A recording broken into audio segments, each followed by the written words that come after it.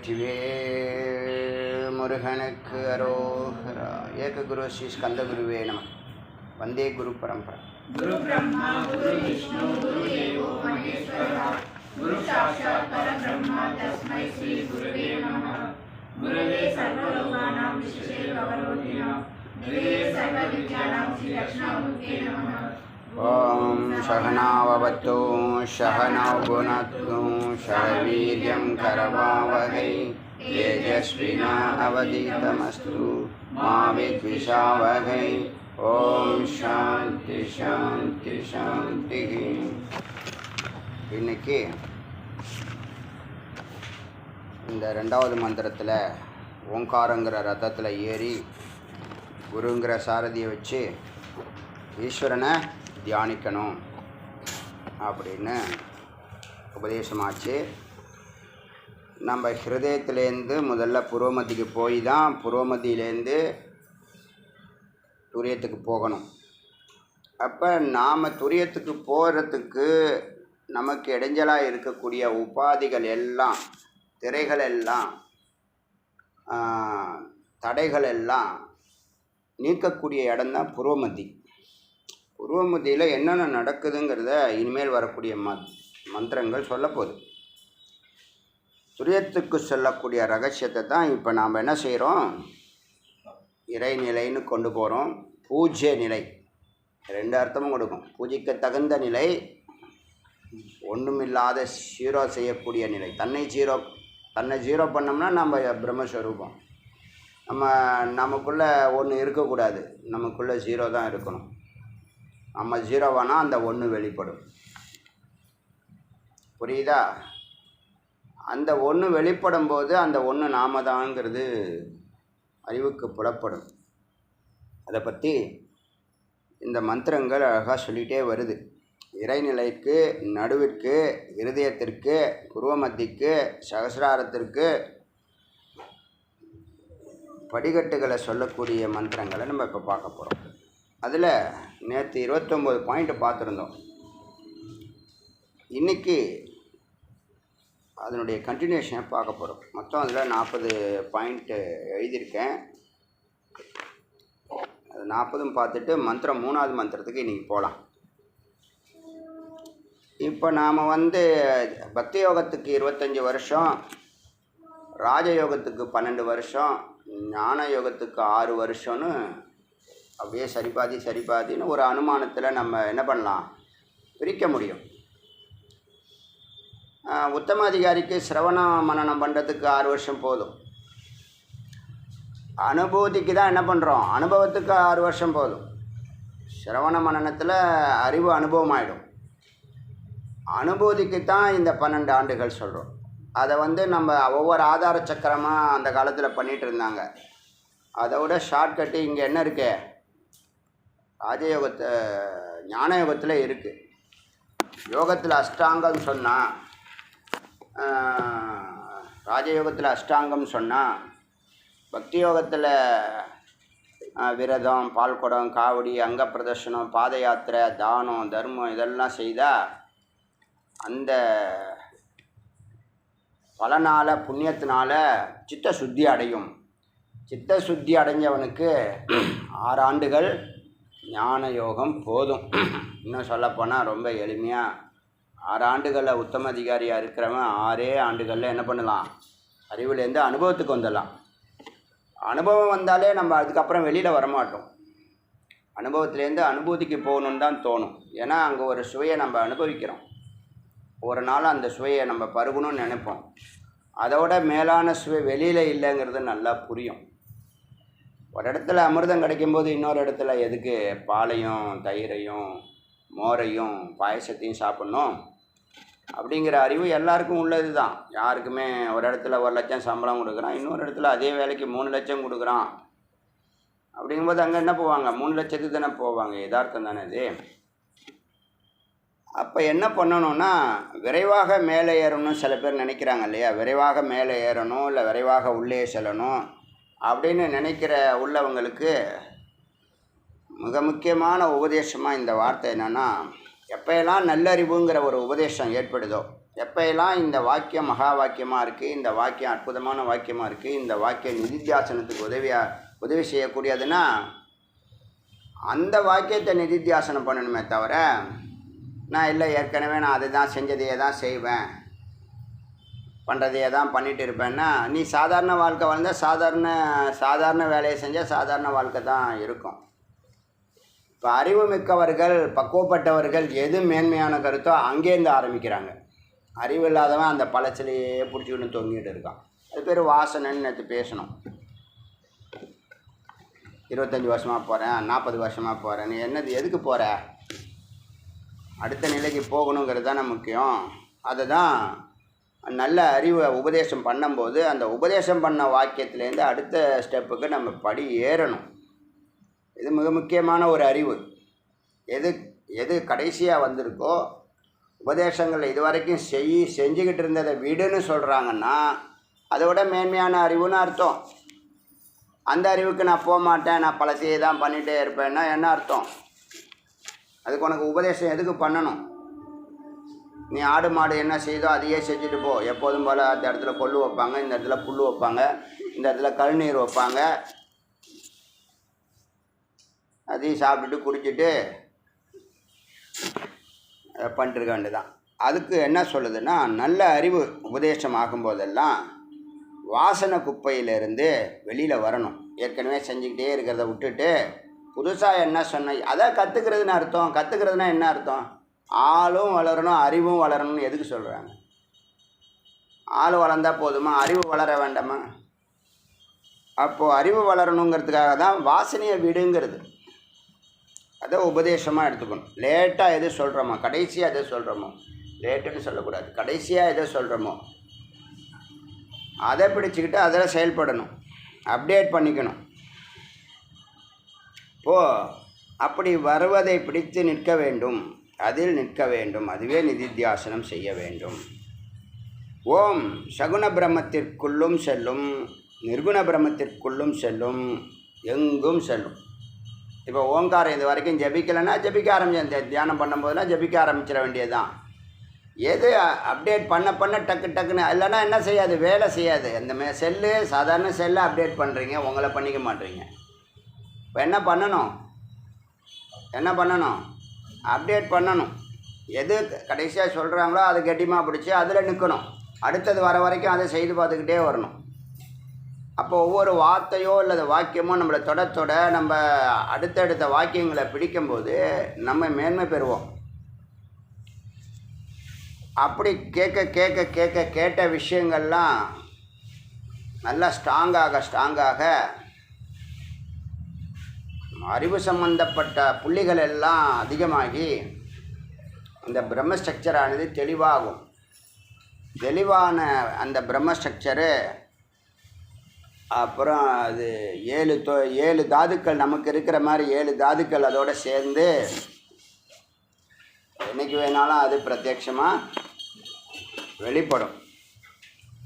அனுபூதியாக மாறும்.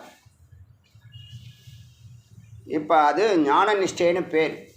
இப்போ கேட்குற அறிவெல்லாத்தையும் கன்சாலிடேட் பண்ணி ஒரு ஸ்ட்ரக்சரை ஃபார்ம் பண்ணுறது அறிவு அனுபவம் ஆகும் நிலை. அந்த காரியங்கள் தொடர்ந்து செய்யும்போது அது பேர் நிதித்தியாசனம்னு சொல்கிறோம். அந்த நிதித்தியாசனத்தினால ஞானம் நிஷ்டையாகும். ஞானம் நிஷ்டையாகும்போது இந்த ஜீவன் முக்த நிலை, இது வரைக்கும் உங்கள் மனசு கேட்காத மனசு கேட்கும். இப்போ அறிவுக்கு தெரியுது இது சரி, இதை செய்யணுன்னு. மனசு என்ன பண்ணுது? வாசனையை பிடிச்சிட்டு தொங்குது. நான் மனுஷனாக தான் இருப்பேன், என்னை யாராலும் மாற்ற முடியாதுன்னா அப்படியே என்ன பண்ணுவார் குரு? சரி நீ எப்போ உனக்கு தோணுதோ அப்போ வான்னு என்ன பண்ணுவாங்க? யார் வராங்களோ அவங்கள கூட்டிகிட்டு அவர் பயணம் தொடரும். அவருடைய பயணம் எப்போயோ ஆரம்பித்தது, அது முடியாத பயணம். எப்போ ஜீவராசிகள் பிறக்குதோ, எத்தனை ஜீவராசிகள் பிறக்குதோ அத்தனைக்கும் உபதேசம் பண்ணிக்கிட்டே இருக்கணும். அவங்க பயணம் தொடரும். அவங்கள பிடிச்சிக்கிறது, அவங்க பின்னாடி போகிறது, அவங்கள ஃபாலோ பண்ணுறது, அவங்களோட அப்டேட்டாக இருக்கிறது தான் அறிவு. அந்த அறிவை பிடிச்சிக்கிட்டால் மேன்மையான அறிவு, மேன்மையான வாழ்க்கை. அதை தான் உபதேசமாகும் போதெல்லாம் அப்டேட் பண்ணிக்கணும்னு சொல்கிறது. அப்போது ஞான நிஷ்டை பூர்வ மத்தியில் ஜீவன் முக்த நிலை ஆட்டோமேட்டிக்காக வந்துடும். நீங்கள் அங்கே சந்தேகமே பட வேண்டாம். இப்போ ஜீவன் முக்த நிலை எப்போ வரும் அப்படின்னு நீங்கள் இனிமேல் கேட்க முடியாது. சிரவணம் பண்ணுனா அடுத்தது மனனம், மனனம் பண்ணுனா என்னது? ஞானம். நீங்கள் சொல்ல போகிறீங்க அவங்க ஞான யோகம் 6 வருஷம் சிரவணம் பண்ணணும், நிதித்தியாசனத்துக்கு ஒரு 12 ஆண்டுகள், 12 18. இந்த ஞான யோகம் 6 வருஷம் நீ ஒழுங்காக கேட்டாலே ஆட்டோமேட்டிக்காக அந்த மனநிலை மாறிடும். ஞான நிஷ்டை ஆகணுங்கிறது முக்கியம். அப்போ ஞான நிஷ்டை பூர்வ மத்தியில் அவனுடைய நிலை என்ன இருக்கும்னா ஜீவன் முக்த நிலை அங்கே வருது. அடுத்து தான் அவன் அனுபூதிக்கு போகிறான். பூர்வ மத்தியிலேருந்து சகசிராரத்துக்கு உச்சந்தலைக்கு அனுபூதிக்கு போகிற முயற்சி பண்ணுறான். ஜீவன் முக்த நிலை சுகமும் இருக்காது, துக்கமும் இருக்காது, எந்த துயரங்களும் உங்களை பாதிக்காது. எத்தனை பிறவி எடுத்தாலும் அதை பற்றி நம்ம கவலைப்படணுங்கிற அவசியமே இல்லை. ஏன்? அறிவு எல்லாத்தையும் டேக்கிள் பண்ணும். என்ன நடக்கிறது, என்ன நடந்துக்கிட்டு இருக்கு, என்ன நடக்க போகுது, 3 காலத்தையும் அறியலாம் ஜீவன் முக்த நிலையில். அதனால தான் சில நேரம் ட்ரிப்பை நேரத்தை காத்துட்டுருப்போம், அந்த நேரம் வரட்டும்னு. அல்ல அதுக்கு முன்னாடி கிளம்புவோம், இல்லை ரெஸ்ட் எடுன்னுப்போம். பண்ணுறோமா இல்லையா? இடையில போகிற இடத்துல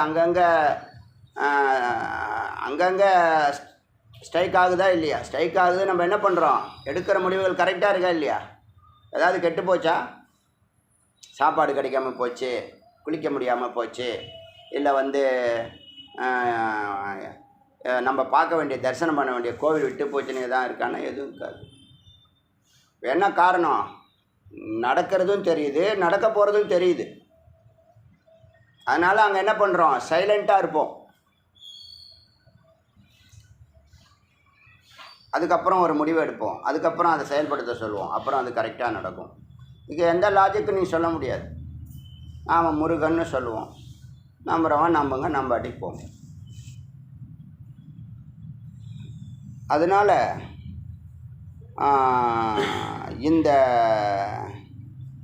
ஓங்காரத்தை தியானத்தில் ஜபிக்கணும். சகுனத்துக்குள்ளேயும் போகும், நிர்குணத்துக்குள்ளேயும் போகும். ரொம்ப சூக்ஷ்ம அறிவு இருக்கிறவனுக்கு தாங்க நிர்குணம். சாமானிய அறிவு இருக்கிறவன் சகுனத்தையே வழிபடுவான். இப்போ இதே முருகனை தான் நம்ம என்னவா பார்க்க போகிறோம்? பிரம்மஸ்வரூபமாக பார்க்க போகிறோம். பிரம்மந்தான் சுப்பிரமணியமாக மாறி இருக்கு. உருவம் தெரியலை அப்படின்னா உருவம் தெரிகிறவங்களுக்கு தான் சகுனம். உருவம் தெரியணும்னு இல்லை, எங்களுக்கு புரியுதுன்னு சொன்னால் அங்கே உருவமே இல்லை, எங்கும் இருக்குங்க. பார்க்குறதெல்லாம் இறைவன் தான். அப்புறம் நீங்கள் பார்க்குறதெல்லாம் யாரை பார்க்குறீங்க? எல்லாத்துக்குள்ளேயும் உட்பொருளை பார்க்க ஆரம்பிச்சிருவீங்க. ஆணு பெண்ணு, கருப்பு சகப்பு, உயர்வு தாழ்வு, ஏழை பணக்காரன், பாவி புண்ணியம் எதுவும் தெரியாது. உள்பொருள் ஒண்டி தான் தெரியும். அதே நிர்குணம். சகுனம்னா உருவம் இருந்தால் தான் தெரியும். உருவத்தை பார்க்குறது, உடம்பை பார்க்குறது இல்லை, உயிரை பார்க்குறது தான் ஞானம்.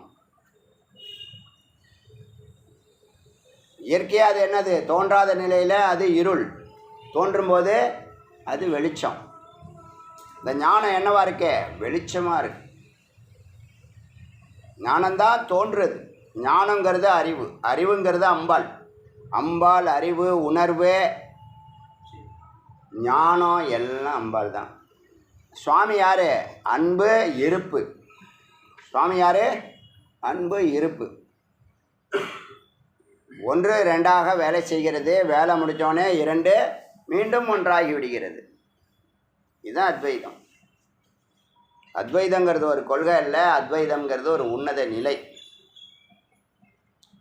அதனால் பிரம்மலட்சணம் சொல்லும்போது சாந்தோக்கிய உபநிஷத்தில் பாரூபம் பிராணசரீரம் மனோமயம் அப்படியே ஒரு லைன் இருக்குது சாந்தோக்கிய உபநிஷத். பாரூபம்னா என்னது? வெளி ரூபம் எடுக்கும்போது அது என்னவா இருக்குது? பானா என்னது? பாஸ்கர், வெளிச்சம், லைட்டு. சரீரம் என்னது? காற்று தான் சரீரம். காற்று என்னது? அசையுது, அது எல்லாரையும் அசைக்குது.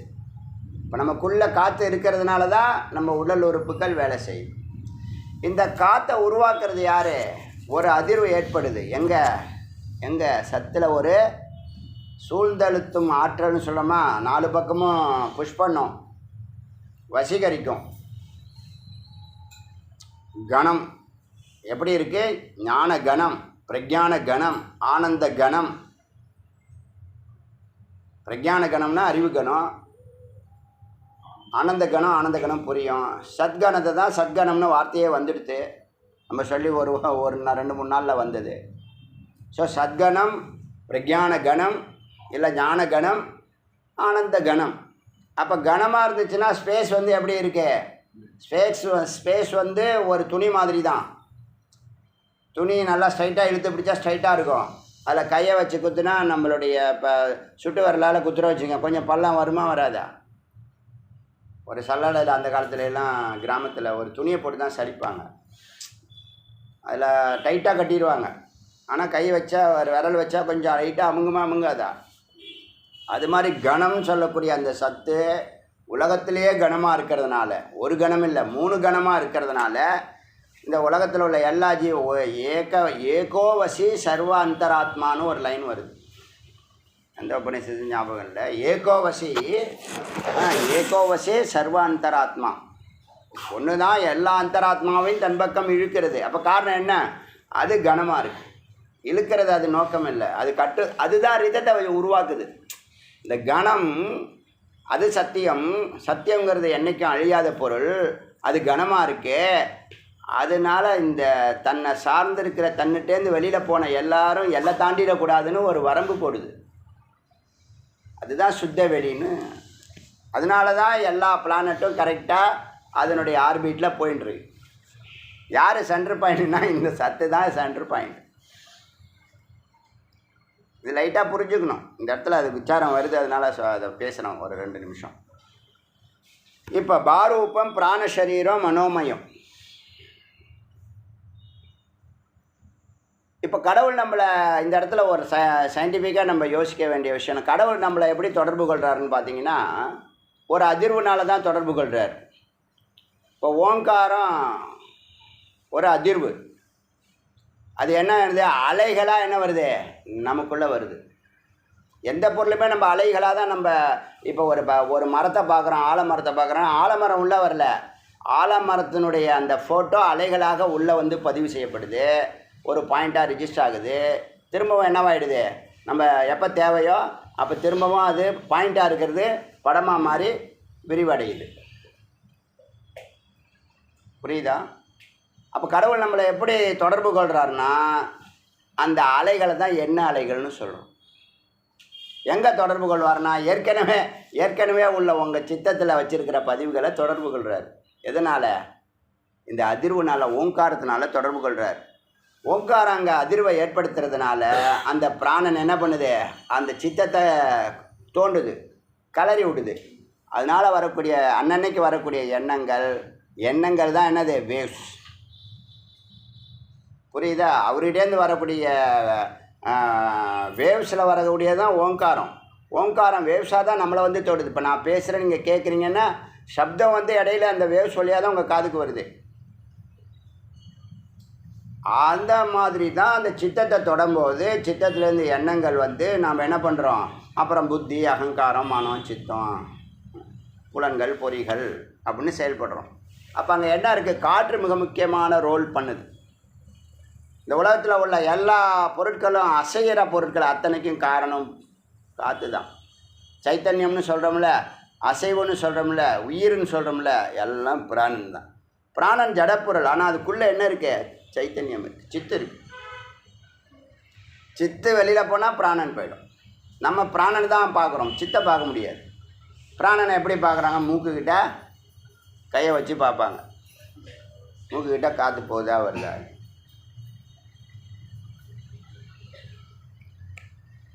சரி, சித்தர்களுக்கு பிராணனை இப்போ ஒடுக்குவாங்க, அதெல்லாம் சொல்ல போகிறேன் இப்போது. சரி, இப்போது பாரூபம், பிராணசரீரம், மனோமயம். இந்த காற்று தான் வேவ்ஸாக வந்து மனதை தூண்டி விடுதா? சித்தத்துலேருந்து சித்தம் வந்து புத்திக்கு வந்து, புத்தி வந்து மனசுக்கு வந்து, அகங்காரத்துக்கு வந்து, புலன்களுக்கு வந்து, பொறிகளுக்கு வந்து செயல்பட ஆரம்பிச்சிடும். இது ஒரு டச், இது ஒரு இருக்கட்டும், இந்த கணக்கில் இருக்கட்டும். இப்போ எதெல்லாம் விரிஞ்சிச்சோ அதெல்லாம் மறுபடியும் சுருக்க போகிறோம். எதெல்லாம் இப்போ அந்த காற்று எப்படி வீசுது அப்படின்னு கேட்டால், அந்த கணம் இருக்குல்ல, கணம் வந்து அசையாமல் இருந்தாலும் அதனுடைய வீச்சு இருக்குல்ல, அழுத்தம், அது சார்ந்து இருக்கிற பொருளை என்ன பண்ணுது, சுற்றி விடுது. அதனால் உலகத்தில் உள்ள எல்லா பொருளும் சுற்றுது. அதை நான் ஏற்கனவே சொல்லியிருக்கேன். யார் சொன்னாங்களோ சொல்லி எனக்கு தெரியாது, எனக்கு தோணுது, கரெக்டாகவும் இருக்குது. எல்லா பொருளும் சுற்றுது, உலகத்தில் உள்ள எல்லா பொருளும். அதுதான் இயக்கம். அது என்ன காரணத்தினால? பிராணனால், இந்த வீச்சுனால். ஒன்று கனமாக ஒன்று இருக்குல்ல, அது புல்றதும் தள்ளுறதும் இழுக்கிறதும், அதுதான் காந்தம். அது எப்படி உருவானுச்சுன்னா சிவமும் சக்தியும் சேர்ந்ததுனால. மூன்றாவது பொருளாக கந்த பொருள்னு சொல்லுது. அதாவது எலக்ட்ரிசிட்டியும் எலக்ட்ரோ மேக்னட்டிசிட்டியும் ரெண்டோடைய ரவுண்டும் அதோடைய வீச்சும் ஒரு பாயிண்டில் உரசும் போது நெருப்பு வரும். இப்போ சாணம் பிடிக்கிற கல் இருக்குல்ல, அதில் ஒன்று சுத்தம், ஒன்று ஆக்சிஸ் சுத்தாது, மேலே இருக்கிற சக்கரம் சுத்தம். அதில் அசையாத இந்த கத்தியை நீங்கள் தொட்டிங்கன்னா என்ன ஆகுது, நெருப்பு வெளியில் வர மாதிரி. இதனுடைய டச்சும் அதனுடைய டச்சும் ஒரு பாயிண்டில் மீட் ஆகும்போது நெருப்பு வருது. அதுதான் காந்தம். நெருப்பாக வந்தது தான் முருகப்பெருமான். சிவமும் சக்தியும் சேரும்போது ரெண்டு வீச்சு ஒரு பாயிண்டில் சேரும்போது அங்கே மூன்றாவது பொருளாக காந்தம். அதுதான் 5 புலன்களாகவும் அறிவு சொரூபமாகவும் வேலை செய்யும். அதனால தான் 6 பொருள் 6 முகம்னு சொன்னாங்க. இதெல்லாம் கொஞ்சம் லைட்டாக இந்த இடத்துல வருது, அதனால் சொல்கிறேன். லைட்டாக சும்மா இப்படி ஞாபகம் வச்சுங்க. ஒன்று கணம், சத்து, அழியாதது, இருப்பு, அன்பு சொரூபம். அதை சார்ந்திருக்கிறது தான், அதுலேருந்து வெளியில் வந்தது தான், அதனுடைய வீச்சில் சுழல்றது தான் இந்த பிராணன், சித்து, அம்பாள், மகாவிஷ்ணு, ஹிரண்ய கர்ப்பன். வார்த்தைகள் நிறைய போடுவாங்க, யார் எப்படி வேணாலும் புரிஞ்சுக்கிறதுக்கு. எல்லாம் ஒரே அர்த்தம்தான். அந்த காற்று தான் எல்லாத்தையும் இயக்குது. இது ஒரு பக்கம் இருக்கட்டும். இப்போ வாக்கு, மனசு, பிராணன் உள்ளேருந்து என்னென்ன வரும்? சத்துலேருந்து சித்து வெளில வந்துச்சு. சித்துலேருந்து அவித்யா, அதாவது இருட்டு, பிராணன், அப்புறம் புத்தி. அதான் சித்து தான். இதை சொல்லிட்டேன். சத்துலேருந்து சித்து முதல்ல, சித்தம் முதல்ல. சத்துலேருந்து சித்து, சித்து அவித்யா, அப்புறம் வந்து சித்தம், அது பிராணன், அப்புறம் சித்தம், அப்புறம் புத்தி, அப்புறம் மனம், அப்புறம் அகங்காரம், அப்புறம் புலன்கள், அப்புறம் பொறிகள், அப்புறம் பொருட்கள், வெளியில் இருக்கக்கூடிய பொருட்கள், போக பொருட்கள், பிடிச்சது பிடிக்காதது. நீங்கள் அனுபவிக்கிறதான் போகம்னு சொல்கிறது. இப்போ முக்கியமாக சொல்லணும்னா, இந்த சத்து வந்து சித்தை தொடர்பு கொண்டு, சித்து வந்து பிராணன் மூலியமாக சித்தத்தை தொடர்பு கொண்டு, அது யார் யார் தொடர்பு கொள்ளுதுன்னா, அந்த பிராணன், மனசு, வாக்கு. மனசுக்குள்ளே மனம், சித்தம், புத்தி, அகங்காரம் 4 வச்சுக்கலாம். பிராணன் தனி டிபார்ட்மெண்ட்டு, மனதில் 4 இருக்குது, வாக்கு 1 தான், பேச்சு. மனசா வாச்சா கர்மனா சொல்லுவாங்க இல்லையா. இப்போ வந்து பிராணன், அப்புறம் மனசு, அப்புறம் வாக்கு, 3 தத்துவத்தை வச்சுங்க. இது வெளியில் வருது, நிறையா வருது, 10 சொல்லியிருக்கோம், அதில் 3 வச்சுக்கிறோம். பிரதானமாக வாக்கு, பேசுகிறது, அதுக்கு காரணம் மனம், அதுக்கு காரணம் பிராணன். பிராணன் இல்லைன்னா மனம் பேசாது. இப்போ பிராணனை நிறுத்தினா மனதை நிறுத்திடலாம். பிராணனை நிறுத்தினா உயிர் போயிருமேஜி. பிராணனை நிறுத்துறதில்லை, பிராணனை 0 நிலைக்கு கொண்டு வருது. அதாவது பிராணனை உள்ளும் வெளியிலும் கொண்டு வராமல் மூலாதாரத்துலேயோ ஹிருதயத்துலேயோ சகசிராரத்துலேயோ நிறுத்தி வைக்கிறது. அது உள்ளே இருக்கக்கூடிய உடல் உறுப்புகளை அது செயல்படுத்தும், உயிர் போயிடாது. ஏன்னா அதுக்கு தேவையான காற்று அது உள்ளே வைக்கிது. அது ஒரு பயிற்சி, அது இருந்துட்டு போட்டோம். இப்போ நீங்கள் முகத்தை மூடி தூங்காதீங்கன்னு சொல்கிறாங்க. எதுக்கு தெரியுமா? நம்ம குளிர் அடிச்சதுன்னா போத்திக்கிறோம், கொசு கடிக்குதுன்னு ஃபேனை போட்டுக்கிறோம். ஃபேனை அப்புறம் குளிருதுன்னா போத்திக்கிறோன்னா முகத்தை மூடக்கூடாது, மூக்கை எஸ்பெஷலி மூடக்கூடாது. மூடினாலும் இல்லை ஒழுங்காக நீட்டாக படுக்காட்டினாலும் என்ன ஆகும்னா, இந்த உள்ளே போகிற பிராண சக்தியானது வெளியில் வரும்போது கார்பன் டை ஆக்சைடு ஆகிடுது. அப்போ என்ன ஆகுன்னா அந்த காற்று ஒழுங்காக வெளியில் வராமல் இந்த கார்பன் டை ஆக்சைடே மீண்டும் மீண்டும் நீ என்ன பண்ணிக்கிட்டு இருப்ப சுவாசிச்சுக்கிட்டு இருப்ப. அதனால் சோம்பேறித்தனம் அத்தீத அளவுக்கு ஃபுல்லாக பண்ணிக்கலாம். முகத்தை மூடி தூங்குறவங்க சோம்பேறித்தனத்தை பூரணமாக பெட்ரோல் பங்கில் பெட்ரோல் போடுற மாதிரி, அதுக்கு தான் முகத்தை மூடி தூங்காதன்னு சொல்கிறது. உனக்கு காது குளிருதுன்னா ஒரு குள்ளா போட்டுக்க, மங்கி கேப்பு. மனுஷன் போட்டாலும் அது மங்கி கேப்பு தான்.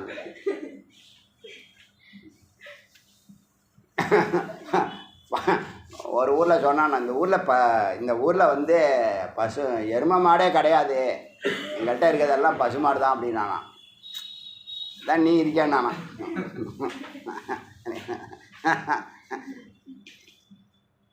எருமை மாடுக்கு போல யார் இவனுங்க இருக்காங்க அப்படின்னு சொல்கிற மாதிரி. இப்போ அந்த ஸ்ட்ரெஸ்ஸு வர்றதுக்கு காரணம் என்ன? ஸ்ட்ரெஸ்ஸு வர்றதுக்கு கார்பன் டை ஆக்சைடு திரும்ப திரும்ப சுவாசிக்கணும். என்ன ஆகும்? இது இவ்வளோ தான் சுருக்கமாக சொல்ல முடியும். அதுக்கு மேலே இதை சொன்னால் எனக்கே கேவலமாக இருக்குது. அதனால் அது சொல்லக்கூடாது. ஒரு வாட்டி தான் வாழ்க்கையில். எதுக்காக முகத்தை மூடி தூங்காதுன்னு சின்ன வயசில் வாத்தியார் சொல்கிறாங்கன்னா, இந்த கார்பன் டை ஆக்சைடு மீண்டும் மீண்டும் சோம்பேறித்தனத்தை பூரணமாக தமோ குணம் அக்கச்சக்கமாக வளர்ந்து கிடக்கும். ஏந்துக்கவே வராது. ஏந்து வாப்பா ஒன்று அமுக்கும். அது நைட்டு படுக்கும்போது இத்தனை மணிக்கு எழுப்பி விடு, அத்தனை மணிக்கு எழுப்பி விடு, நான் ஏன் எப்படி விடிய படித்து நான் அப்படி கிழிச்சிடறேன்னு சொல்லிவிட்டு படுத்துக்கிட்டு குடிகார மாதிரி விடிஞ்சா பேச்சுன்னு சொல்கிற மாதிரி. அதனால் இப்போ இந்த வாக்கை ஒடுக்கணும், மனசை ஒடுக்கணும். வாக்கை ஒடுக்கணும், மனசை ஒடுக்கணும், பிராணனை ஒடுக்கணும். இதெல்லாம் ஒடுக்கணுங்கிற அவசியமே இல்லை. நீங்கள் ஒன்றே ஒன்று, இந்த நான் இப்போ பேசுகிறதெல்லாம் உங்களுக்கு ஒன்றுமே புரியாட்டினாலும் ஒரு பாயிண்டில் நல்லா தெளிவாக இருங்க. தியானம் பண்ணணும், புரோமத்தில் தியானம் பண்ணணும். அதை ஒழுங்காக சிரத்தையாக பக்தியாக பண்ணினீங்கன்னா இதெல்லாம் அதுக்குள்ளே அடங்கும். ஆனால் இதெல்லாம் தெரிஞ்சு பண்ணுனா, இப்போ ஏன் முகத்தை மூடி படுக்காதுன்னு சொல்கிறப்பெல்லாம் உங்களுக்கு கடுப்பாக இருக்கும். இப்போ ஏன்னா நீ சோம்பேறி பூர்ணமாகிடுவே, தமோ குணம் நிறைஞ்சு இருக்கும், கவலைப்படாத. சத்துவகுணத்தை நிரப்பது தான் கோயிலுக்கு வரோம், வேத விசாரத்துக்கு வரோம், தியானம் பண்ணுறோம் சத்துவகுணத்தை வளர்க்குறதுக்கு. நீங்கள் என்ன பண்ணுறீங்க? அதே மாதிரி ஸ்ட்ரைட்டாக படுக்கணும். பிராணன் வந்து எங்கேயும் தடைப்படக்கூடாது. ஒன்று ஏர்லாக் ஆகும், இல்லைன்னா கண்ணாபின்னான்னு போகும்.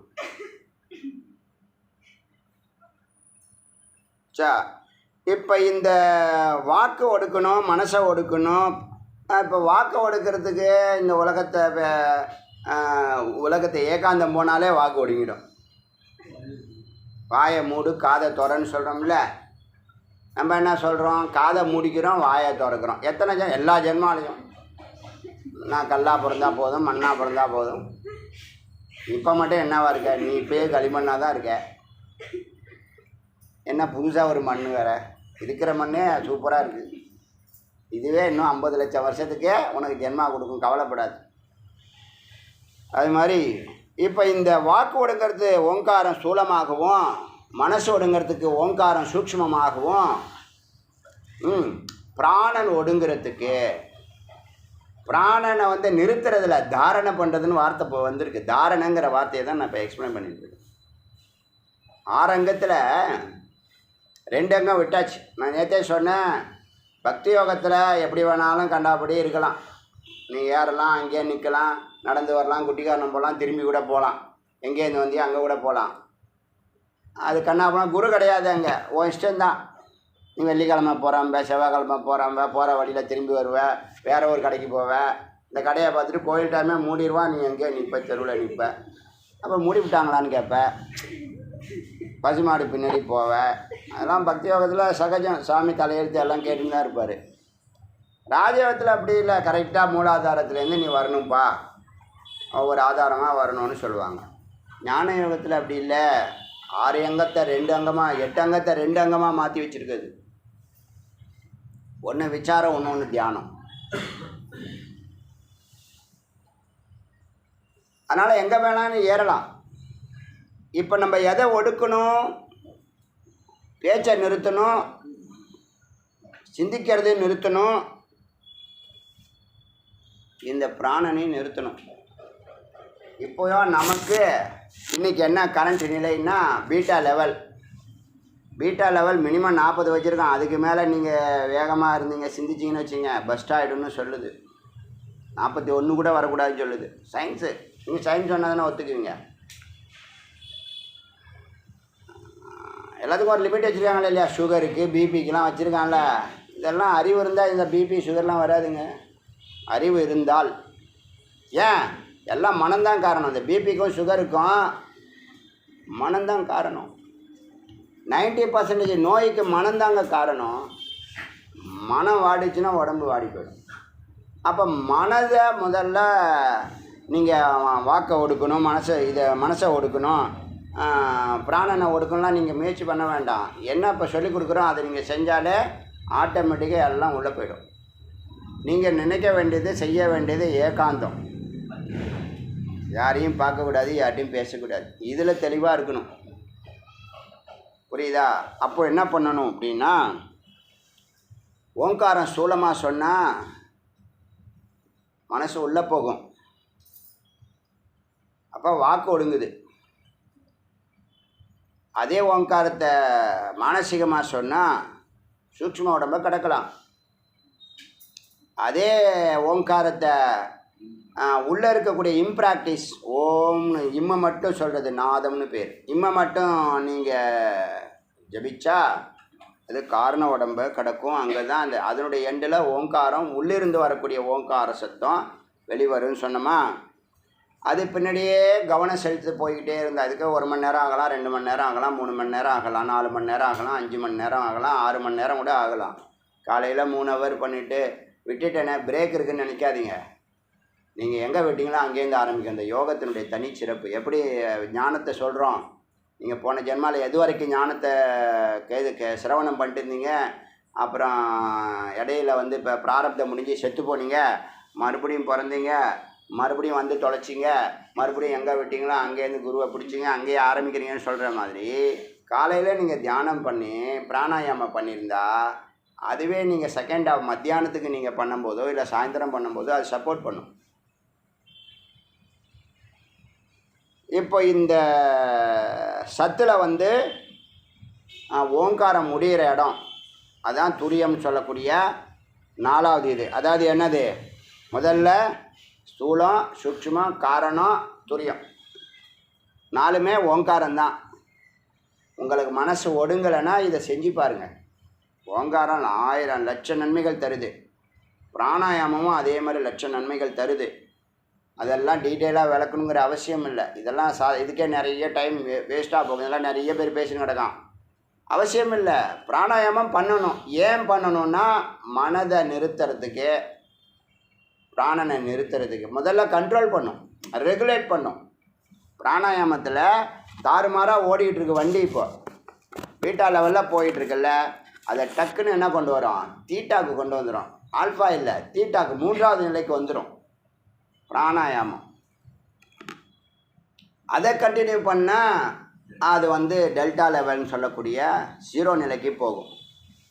இப்போ ஒரே பாயிண்டில் பிராணாயாமத்தினால வாக்கு மனசு ரெண்டும் ஒடுங்கும். 3வது என்ன இருக்குது? பிராணன் ஒடுங்கணும். அதுக்கு தாரணா பண்ணணும்.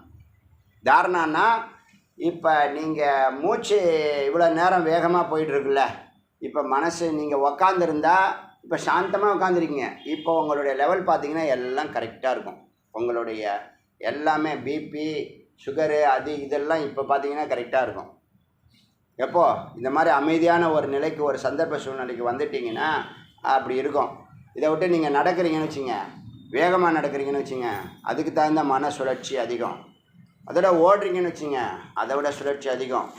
அது மாதிரி நிறைய கடினமான வெயிட்டை தூக்கிட்டு ஓடுறீங்கன்னு வச்சுங்க, அதை விட இது. அப்புறம் வண்டியை நின்று போய் வண்டியை செல்ஃப் எடுக்காத வண்டியை தள்ளி பயங்கர வேகமாக ஓடி போய் ஸ்டார்ட் ஆகி 3 வாட்டி அதே மாதிரி பிரேக் போட்டு உங்களை வச்சு செய்யுதுன்னு வச்சுங்க, அப்போல்லாம் என்ன ஆகும்? எகுரும். என்ன எகுரும்? ஏதோ எகுரும்.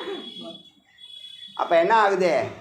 மன சுழற்சி வேகமாகுதுல்ல, அது கொஞ்சம் கொஞ்சமாக குறைய ஆரம்பிச்சிடும். இது சில பேர் முதல்ல 3 மணி நேரம் ஆகலாம், 5 மணி நேரம் ஆகலாம். நாளாக உட்காந்து 5 நிமிஷத்தில் இப்போ அடியெல்லாம் 5 நிமிஷம்தான். சகசிராரத்துக்கு வானா சகசிராரத்துக்கு வந்துடும், நடுவுக்கு வானா நடுவுக்கு வந்துடும். என்னது வா? இது புத்தி மனசுக்கு சொல்லக்கூடிய, சித்துக்கு சொல்லக்கூடிய மனசுக்கு சொல்லக்கூடிய சங்கல்பம். எது பண்ணுதுன்னா சித்து தான் பண்ணுது. எது மேலே போகுதுன்னா சித்து தான் மேலே போகுது. யாருக்கு கட்டளை கொடுக்குறோம்னா அதுக்கு தான் கட்டளை கொடுக்குறோம். யாருக்கிட்ட சங்கல்பம் பண்ணோன்னா சத்துக்கிட்ட சங்கல்பம் பண்ணுறோம். புரியுதா இல்லையா? ஞான யோகத்தில் புத்தியும் மனசு 2 தாங்க வச்சுங்க. இப்போ இந்த கண்டத்தோட மனம் போச்சு. புருவமத்தியில் ஃபுல்லாக புத்தி தான். புத்திங்கிறதும் ஜடம்தான். புத்தியை ஆட்சி பண்ணுறது சித்து, பிராணன், புத்தி. இப்போ நீ மேலே ஏறணும்னு சங்கல்பம் எது பண்ணுது? சத்து பண்ணுது. ஆரம்பத்துலேருந்தே நீங்கள் கீழேருந்தே மேலே போகும்போது என்ன பண்ணுறீங்க? சத்தை சேரணும் தானே போகிறீங்க. யார்கிட்ட சங்கல்பம் எல்லாம் நடக்குது? சத்துக்கிட்ட தான் நடக்குது. யார் சங்கல்பம் பண்ணுறா? ஒரிஜினலே சித்து பண்ணுது. நமக்கு புத்தி மாதிரி தெரியும், மனம் மாதிரி தெரியும், பிராணன் மாதிரி தெரியும். ஒரிஜினலாக எது பண்ணுதுன்னா சித்து தான் பண்ணுது. ஆனந்தத்தை நல்லா அனுபவிக்கிறேன்னு சொல்கிறது சித்து தான், சைத்தன்யம் தான். ஏன்னா ஒன்று வந்து அனுபவிக்கும், ஒன்று சைலண்ட்டாக இருக்கும். இப்போ நம்ம மேலே வானா மேலே வந்துடும். நடுவுக்கு வானா உட்காந்து பேசாமல் உட்காந்து நினைக்க வேண்டியது தான். நினச்சாலே நடக்குதுன்னு சொல்கிறது அதுதான். கேட்டாலே கிடைக்குது, நினச்சாலே நடக்குதுன்னு சொல்கிறது. தலைக்கு வா, தலை உச்சிக்கு வா, 10வது பிரகாரத்தில் இருக்கியா, நடுவுக்கு வா. அதுக்கெல்லாம் உனக்கு யோகிதை இருக்கா? வரும். யோகிதை இல்லையா? பேச்சை கேட்காது. அப்போ என்ன ஆகணும்? நீ சொன்னால் அது கேட்கணும்னு சொன்னால் அது என்ன பண்ணணும்னா உன்னுடைய ஞானம் நிஷ்டையில் இருக்கணும். அப்போ தான் நீ பூர்வமத்திலேருந்து மேலே ஏற முடியும்.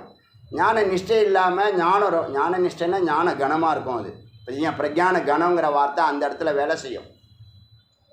அப்போ அது வந்து எல்லாரும் கேட்டோம். உடம்புல உள்ள எல்லா உடல் உறுப்புகளும் சொல்கிறத கேட்கும். ஏன்னா அது அப்போ பிரபஞ்சத்தையே கண்ட்ரோல் பண்ணக்கூடிய வல்லமை உடையது. ஞான கணம்ங்கிறது இருக்க சாதாரண விஷயம் இல்லை. ஜீவன் முக்த நிலைங்கிறது சாதாரண விஷயம் இல்லை. அப்போ அவன் சொரூபத்துக்கு போகிறான். இப்போ வந்துட்டான். இப்போ என்னவா ஆக போகிறான்? ஆனந்தத்தை அனுபவிக்காமல் அமைதி நிலையில் இருக்கான். ஒரே ஒரு படிதான். சித்தானது சத்தாக மாறப்போகுது. அது வரைக்கும் சவிகல்பமாக இருக்கும். தெரியும், தனக்கு நடக்கிறதெல்லாம் தெரியும். தியானிக்கிறது யாரை தியானிக்கிறோம்?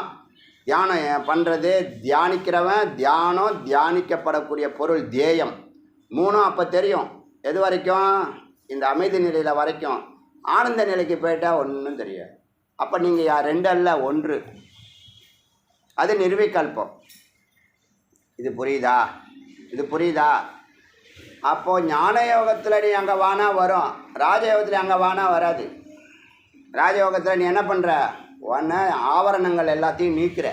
உன் ஸ்க்ரீனாக இருக்க லேயர், எத்தனை லேயர் ஆழத்தில் இருக்க, பீட்டா லெவல் நீ குறைக்கிற வரைக்கும் உனக்கு வந்து நீ சித்து சொரூபமாக ஆக முடியாது. 0 நிலையில் தான் சித்து சொரூபம் வருது. அறிவால் எல்லா ஆவரணங்களையும் நீக்க பூர்வமத்தியில் சித்தானது சித்தஸ்வரூபத்தில், மனமானது புத்தியானது அகங்காரமானது சித்தமானது 96 தத்துவமும் போய் வெறும் சித்து மட்டும் பூர்வமத்தியில் நிற்குது. அங்கே என்னன்னா அங்கே தான் ஜீவன் முக்த நிலை. அங்கே சுகமும் கிடையாது, துக்கமும் கிடையாது. அறிவு ஸ்ட்ராங்காக பிரஜான கணமாக நிற்குது. இப்போ அடுத்து அதோடைய குறிக்கோள் ஆனந்த கணமாக ஆகணும். புரியுதா? அப்போது நீங்கள் கேட்குறது நினைக்கிறது எல்லாம் என்ன பண்ணும்? நடக்கும். ஞான நிஷ்டையில் இருந்தால் அந்த பூஜ்ய நிலை இருக்குல்ல, 0 நிலை, அங்கே பிராணன் இருக்கும், 0வாக இருக்கும். இப்போ நான் சொன்னல பீட்டா லெவல்லேருந்து நம்ம உக்காந்துருக்கும்போது உங்களுக்கு ஒரு நிலையில் இருக்கீங்க, நடக்கும்போது ஒரு நிலையில் இருக்கீங்க. அதோடைய வேகம் ஓடும்போது, வேகமாக ஓடும்போது, வெயிட்டை தூக்கிட்டு ஓடும்போது அப்போது லெவல் மாறுதில்ல. அது மாதிரி இல்லாமல் அப்போல்லாம் உங்களுடைய மூச்சு காற்று என்ன ஆகும்னா உங்கள் மூக்கிலேருந்து 1 அடி 12 இன்ச்சு வரைக்கும் அது நம்ம இழுக்கிறது 8, வெளியிடுறது 12 வச்சுங்க. உள்ளே நம்ம சாதாரணமாக இழுக்கிறது 8 இன்ச்சுன்னு வச்சுங்களேன். வெளியே விடுறது வந்து 8 இன்ச்சு தான் விடணும். ஆனால் நம்ம எவ்வளோ விடுறோம்? 12 விடுறோம். அது என்னது? வீக்னஸ். நமக்கு நல்ல காற்றை சுவாசிக்கணும், சரியாக சமவிருத்தியாக சுவாசிக்கணும். இப்போ நீங்கள் எனர்ஜி அதிகப்படுத்த இந்த மூச்சு வேகம் அதிகமாகும். எனர்ஜி குறைக்க அதாவது வேலையை குறைக்க எனர்ஜி வந்து ஜீரோவாகும். தியானத்தில் இப்போ நம்ம ஜீரோக்கு போகிறோம். 40லேருந்து 30க்கு, 30லேருந்து 20க்கு புரியறதுக்காக சொல்கிறேன். அவங்க 40, 14, 8, 4, 0ன்னு கொண்டு வராங்க. அது இல்லாமல் நம்ம இப்படி டைரெக்டாக புரியறதுக்காக 30, 40, 30, 20, 10, 0 4 நிலையில் 0 அது. இப்போ இந்த மூச்சு காற்று இருக்குல்ல, இந்த மூச்சு காற்று வெளியில் போகுதில்ல, இந்த மூச்சு காற்று வெளியில் போகிற காற்று 12 இன்ச்சு தியானம் பண்ண 11, 10, 9, 8, 7ன்னு அப்படியே மூக்குவில் போய் புருவமத்தியில் போய் 0 ஆகிடும். அதனுடைய வேகம் குறைஞ்சி நீங்கள் அமைதி ஆக மானசீகமாக ஜபிக்க இல்லை ஓங்காரத்தை உத்து நோக்க உள்ளேருந்து வரக்கூடிய ஓங்காரத்தை உத்து நோக்க அது 0 ஆகும். இது செஞ்சு பார்க்கணும், வருதா இல்லையா, அவர் சொல்கிறாரா சும்மா கதை விடுறாரான்னு. கதை விடுறதுக்கெலாம் ஒன்றும் இல்லை, எல்லாம் மந்திரத்தில் இருக்குது. இப்போ 0 பண்ணுற நிலையில் தான் பல சித்திகள்லாம், சித்தியை விரும்புகிறவங்களுக்கு சித்தி கிடைக்கும். இல்லை நான் இறைவன் திருவடியை நோக்கி போகிறேன், எனக்கு எதுவும் தேவையில்லைன்னா சீக்கிரம் 0 ஆகிடும். பலன் கருதாமல் நீங்கள் இந்த காரியங்கள்லாம் பண்ணினீங்க, இறைவன் ஒண்டி தான், இறைவன் திருவடி ஒண்டி தான் நினச்சி நீங்கள் பண்ணினீங்கன்னா, பக்தி ஸ்ரத்தையோடு பண்ணினீங்கன்னா, இந்த பிராணனானது 0 ஆகிறது தான் தாரணைன்னு பேர். இப்போ வேகமாக ஓடிட்டு இருந்ததை ரெகுலேட் பண்ணுறோம்ல, வேகமாக ஓடுறதை ரெகுலேட் பண்ணுறதுக்கு பிராணாயாமம். அந்த மனசை ஒரு இடத்துல நிறுத்துறதுக்கு பிரத்யாகாரம். அதை 0 பண்ணுறதுக்கு தாரணை. புரியுதா? வண்டியை வந்து வேகமாக ஓட்டி தானே, வேகமாக ஓட்டுறது அப்படியே பிரேக் போட்டால் என்ன ஆகும்? அப்போ ஸ்லோ பண்ணி பிரேக் பண்ணுறதுக்கு தான், ரெகுலேட் பண்ணுறதுக்கு தான் பிராணாயாமம். ஒன்றில் ஒரு பாயிண்டில் நிறுத்துறதுக்கு தான், அதுக்கு தான் த்ரோட்டக்குன்னு சொன்னேன் இல்லையா, நேற்று சொன்னேன். 2 கண்ணு வந்து ஒரு பாயிண்டில் மேல் நோக்கி பார்ப்பாங்க. அடியனுக்கு அப்படி தான் உபதேசம். பாபா அந்த காலகட்டங்களில் சிவானந்த பரமகுருன்னு ஒருத்தர் வாசியோகம்லாம் செய்கிறவங்க, அவங்கெல்லாம் போல், அவங்கள போய் பார்க்கல, அவங்க புத்தகங்கள்லாம் படிக்கலை. ஆனால் அவங்களுடைய போஸ்டர் நம்ம கண்ணுக்கு அடிக்கடி வந்துச்சு. பாபா போஸ்டர், இவங்க போஸ்டர்லாம் என்னென்னா மேல் நோக்கி ஒன்றை பார்க்குறது. அது என்னென்னா 2 கண் விழிகளும் ஒரு பாயிண்ட்டை நோக்கிறது, சகசரார்த்தை நோக்கிறது. சகசரார்த்தை நோக்கும்போது இந்த 2 பாயிண்ட்டும் ஒரு பாயிண்ட்டாக ஆகும். இப்போ நமக்கு கண்ணு கோளாறு என்ன, ரைட்டு அலைன்மெண்ட் வேறு மாதிரி இருக்குது, லெஃப்ட் அலைன்மெண்ட். அதனால தான் இது ஒன்று பார்க்குது, இது ஒன்று பார்க்குற மாதிரி இருக்குது. ஒரு பொருளை தான் 2ஆக பார்க்குது. ஏன்? இதுக்கு இது எடுக்கிற ஃபோட்டோவும் அது எடுக்கிற ஃபோட்டோவும் வெவ்வேறாக இருக்குது. 2ம் ஒரே மாதிரி இருக்கணும். ஒரே மாதிரி இருக்கிறது தான் அந்த பேலன்ஸ் பண்ணுறதுக்கு தான் வெளியில் கண்ணாடி போடுறோம். உள்ளே கண்ணாடி போடுறதுக்கு தான் கேட்ராக்டு ஆப்ரேஷன் பண்ணுறாங்க. எப்போ அது ரொம்ப மங்கிடுச்சுன்னா, எப்படி முடி நரைக்குதோ வயசாக 50 வயசுலேருந்து எல்லாம் ஆரம்பிக்கும். கேட்ராக்டு சொல்கிறேன். சில பேருக்கு 90 வயசு வரைக்கும் கரெக்டாக இருக்கும், கரெக்டாக இருப்பாங்க. இந்த செல்லு பார்க்குறதெல்லாம் போடும், சீக்கிரம் போடும், கண்ணு போடும். ஆனால் இப்போ புரியாது. அப்புறமா அப்படியே தடவும் போது தான் தெரியும் யார் வர தூரத்தில். 200 மீட்டரில் வரதுன்னு தெரியாது, யார் வரான்னு பார்க்கணும். உங்கள் ப்ரொஃபஸர் ஐத்தாவில் வராங்க, நீ பார்க்கல வச்சுக்க, எப்படி இருக்கும்? மதிக்காமல் போகிறாளாவ அப்படின்னு நினைப்பாங்களா, நினைக்க மாட்டாங்களா? தெரிஞ்சவங்க வராங்கன்னு வச்சுங்க, கண்ணாடி போட்டுன்னு தெரியல, நான் என்ன பண்ணுவேன் சொல்லக்கூடாது. இது செல்லை படுத்துக்கிட்டு பார்க்குறது, நைட்டு 9 மணி மேலே பார்க்குறது, 10 மணி எல்லாம் டிவியெல்லாம் சினிமாவில் காமிக்கிறாங்களா, போர்வையை போத்துக்கிட்டு செல்லை பார்க்குறது. எப்படி எல்லா அக்கிரமத்தையும் எந்ததெல்லாம் என்னமோ அதில் பெரிய டாக்டரேட்லாம் பண்ணுறானுங்க. அதில் செல்லை பார்க்குறது எப்படிலாம் செல்லை யூஸ் பண்ணலாம், மிஸ்யூஸ் பண்ணலாம், அதெல்லாம் டாக்டரேட்.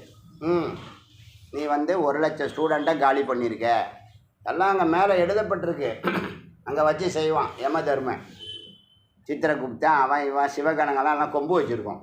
ஒன்று போனோடனே ஒன்றை ஒன்று குத்தி கிழிக்கும். சரி, இருந்துட்டு போடும். இப்போ 2 லென்ஸு சொன்னேன் இல்லையா, 2 லென்ஸு இந்த மனதை ஒருநிலைப்படுத்துறதுக்கு ஒரு பாயிண்ட்டை, எங்கே கண்ணு போதோ அங்கே கருத்து, எங்கே கருத்து போதோ அங்கே காற்று. கருத்துங்கிறது சித்து. கருத்து வந்து சகசிராரத்துக்கு போகணுன்னு சித்து நினைக்குது, அங்கே பிராணன் போகுது, அங்கே கண்ணு போகுது. கோலை ஃபிக்ஸ் பண்ணுறது கண்ணு, அங்கே போதா, இங்கே தான் ரூட்டு காமிக்குது கண்ணு. பிராணன் அது வழியாக போகுது. யார் போகிறா? கருத்து போகுது. கண்ணு கருத்து காட்டுன்னு சொல்லுவாங்க தமிழ் சித்தர்கள். புரியுதா? அது பேர் திராட்டகம், திராட்டக்னு பேர், திராட்டக். எதுக்கு? தாரணாவுக்கு முன்னாடி பிரத்யாக இது பிராணன் பிராணாயாமம். இப்போ வேகம் நீங்கள் இப்போ எல்லாம் காரணம் என்னென்னா, இந்த பிராணனை 0 பண்ணுறது தான் தியானம். தியானம் முக்கியமாக என்ன பண்ணுது? நீ வந்து கண்ணால் பார்க்காத, காதால் கேட்காத, வாயால் பேசாதல்ல. ஏன் அப்படியே பிராணனை நிறுத்தணுன்னா தாரணை பண்ணணும். நிறுத்தணுன்னா மூச்சை நிறுத்துறது இல்லை. பிராணனை 0 பண்ணுறதுன்னா பிராணனை வெளியில் விடாமல் உள்ளே சுற்ற விட்றதுன்னு வச்சுங்களேன். ஒரு ரவுண்டு பண்ணுறது, ரவுண்டாக சுற்ற விட்றது அப்படி வச்சுங்களேன். பூர்வ மத்தியிலே அது அடுங்குதுன்னு வச்சுங்களேன். புரியறதுக்காக சொல்கிறேன். இந்த கண்ணை பார்க்காத, வாக்க பேசாத, காது கேட்காதலாம், அதெல்லாம் இந்த பிராணன் தான் என்ன பண்ணுது? அதுகளுக்கெல்லாம் பார்க்குற சக்தி, கேட்குற சக்திலாம் கொடுக்குது. இப்போ கண்ணு தெரியல, காது கேட்கலன்னா பிராணசக்தி அங்கே ஒழுங்காக போகலன்னு அர்த்தம். அதுக்கு தேவதை இருக்குது. தேவதை அங்கே நான் போக மாட்டேன்னு சொன்னிச்சுன்னா பிராணன் அங்கே போகாது. ஏன்னா இவன் இவ்வளோ பாவம் பண்ணியிருக்கான், இவன் இது பண்ணியிருக்கான், இவன் இவ்வளோ பேரை திட்டியிருக்கான், வாக்கை நிறுத்து, முடிஞ்சு போச்சு, பெப்பன்னு சொல்ல வேண்டியதுதான். என்ன சொன்னீங்கன்னு கேட்க வேண்டியதுதான் காது கொடுத்து. அப்புறம் கண்ணு ஒன்றுமே தெரியலையே, கண்ணு அவிஞ்சு போச்சுன்னு சொல்கிறாங்கல்ல, எல்லாம் தமிழ் தான், தூய தமிழ். அது ஒரு தேவத்தை, அது பிராணன் மூலியமாக என்ன பண்ணுது? ஃபியூயல் கொடுக்குது. யாருக்கு? புலன்களுக்கு. இப்போ கண்ணு, காது, மூக்கு இதெல்லாம் பார்க்காத கேட்க சொல்ல வேண்டாம். பிராணனை 0 பண்ணினீன்னா எய்த்தாப்பில் ஒரு கழுதை வந்தாலும் உனக்கு தெரியாது, குதிரை வந்தாலும் தெரியும், ஒரு அதை பற்றி சிந்திக்காது. புரியுதா? இப்போ இந்த 3 ஒரே பாயிண்டில் நிறுத்துது. எந்த 3?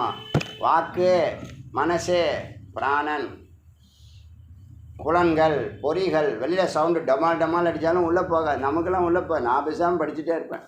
இந்த சவுண்டால் டிஸ்டர்ப் ஆகிடுச்சு, அதனால டிஸ்டர்ப் ஆகிடுச்சு, இதனால டிஸ்டர்ப் ஆகிடுச்சு, அதெல்லாம் நமக்கு டிஸ்டர்பே ஆகாது. சொன்னால் கொஞ்சம் ஆச்சரியமாக தான் இருக்கும். அரங்கத்தில் பெரிய நிகழ்ச்சி நடந்துகிட்ருக்கோம், நான் பேசாமல் உட்காந்து என் வேலையை பார்த்துட்டே இருப்பேன். ஒரு பாயிண்ட் கூட டிஸ்டர்ப் ஆகாது. நம்ம அவங்கள போய் எல்லோரும் சவுண்டு கம்மியாக பாடுங்கன்னு சொல்ல முடியுமா? முடிஞ்சால் நம்ம கதவை சாத்திக்கலாம். கதவை சாத்திடுவேன். கதவை திறந்து வச்சாலும் ஒரு பெரிய பாதிப்பு கிடையாது. என்ன ஆளாலாம் வந்து எட்டி பார்க்கும்.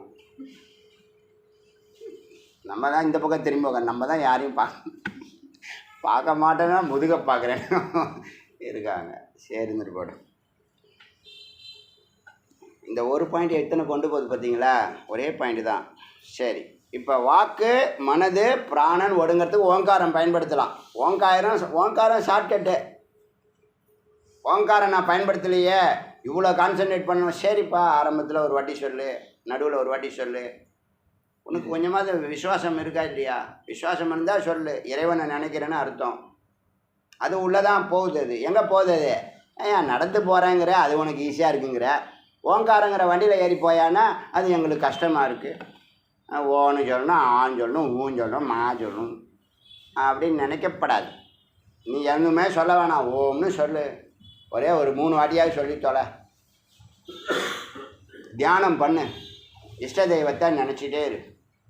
அவருடைய ஃபோட்டோவை ஒரு 3 அடியில் வை.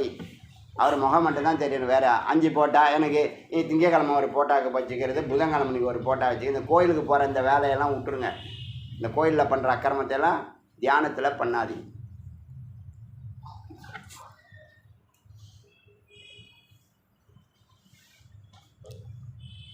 இப்போ 3 யோகத்தையும் நம்ம என்ன பண்ணுறோம்? ஒருங்கிணைக்கிறோம். 3 யோகத்தையும் ஒருங்கிணைக்கிறோம். புருவ மத்தியில் அறிவில் நிற்பதே முக்தி. பிரஞான கனமாக இருக்கணும். புத்தி சொன்னால் மனம் கேட்டே ஆகணும். சொன்னால் எனக்கு கேட்டு தான் ஆகணும், வேறு வழியே கிடையாது. புரியுதா? மேலதிகாரி சொன்னால் நம்ம எப்படி கேட்குறோமோ அது மாதிரி என்ன புத்தி சொன்னால் முன்னாடி நான் நினச்சேன், நான் வரலான்னு நினச்சேன், நான் என்னால் செய்ய முடியல, அந்த ஏந்துக்கணும்னு நினச்சேன், ஏந்துக்க முடியல, அப்போ ஏந்துக்க முடியலன்னு சொல்கிறான்னா நைட்டு வரைக்கும் நான் ஏந்துருவேன்னு சொன்னவன் காலையில் ஏந்துக்க மாட்டேன்னு சொல்கிறான்னா அவனுக்கு என்ன அர்த்தம்? என்ன இல்லை, அறிவே இல்லை, அறிவு ஸ்ட்ராங்காக இல்லை. அப்போ எது சொல்லுது? எந்த வாய் சொல்லுது? ஆச்சா 3 யோகத்தையும் ஆச்சா. இப்போ சகசிராரத்தின் அமைதியில் நிற்பதே மோட்சம். புருவமத்தில் நின்னா ஜீவன் முக்தன், சகசிராரத்தில் நின்னா மோட்சம்னு வச்சோம். புரியறதுக்காக நிலை இருக்குது, கண்டிப்பாக இருக்குது. எங்கே புருவமத்திலேருந்து சகசிராரம் போகிறதுக்கு எத்தனை வருஷம் சொல்லுது? 12 ஆண்டுகள். 6 ஆண்டுகள் சிரவணம், 12 ஆண்டுகள் அனுபூதிக்காக தியானம், 18 ஆண்டுகள். நான் இவ்வளோ நாளான என்ன பண்ண போகிற? நீ என்ன பண்ண போகிற? இவ்வளோ நாள் என்ன பண்ண? நீ செஞ்சாலும் செய்யனாலும் அந்த 12 ஆண்டுகள் வீணாக தான் போக போகுது. எத்தனையோ ஜென்மா வீணாக போச்சு. இந்த 12 ஆண்டுகள் போனால் என்ன? வந்தால் இறைவன், போனால் 12 ஆண்டுகள்.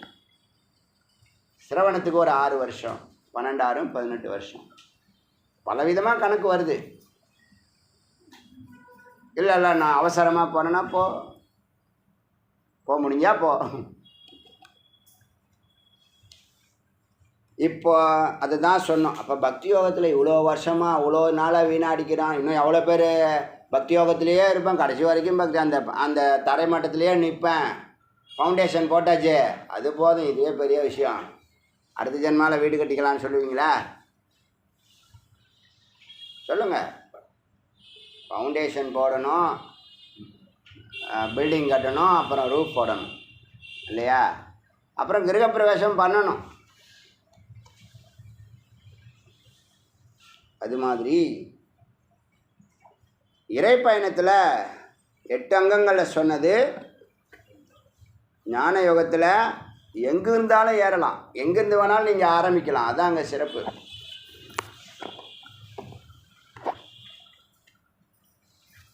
திரும்ப திரும்ப சொல்கிற மாதிரி இருக்கும். என்ன அது திரும்ப திரும்ப எங்கே வரேன்? பிராணாயாமம், பிரத்யாகாரம், தாரணை, இந்த 3 பாயிண்ட்டை திரும்ப திரும்ப சொல்கிறேன். இப்படி 40 பாயிண்ட் இருக்குது.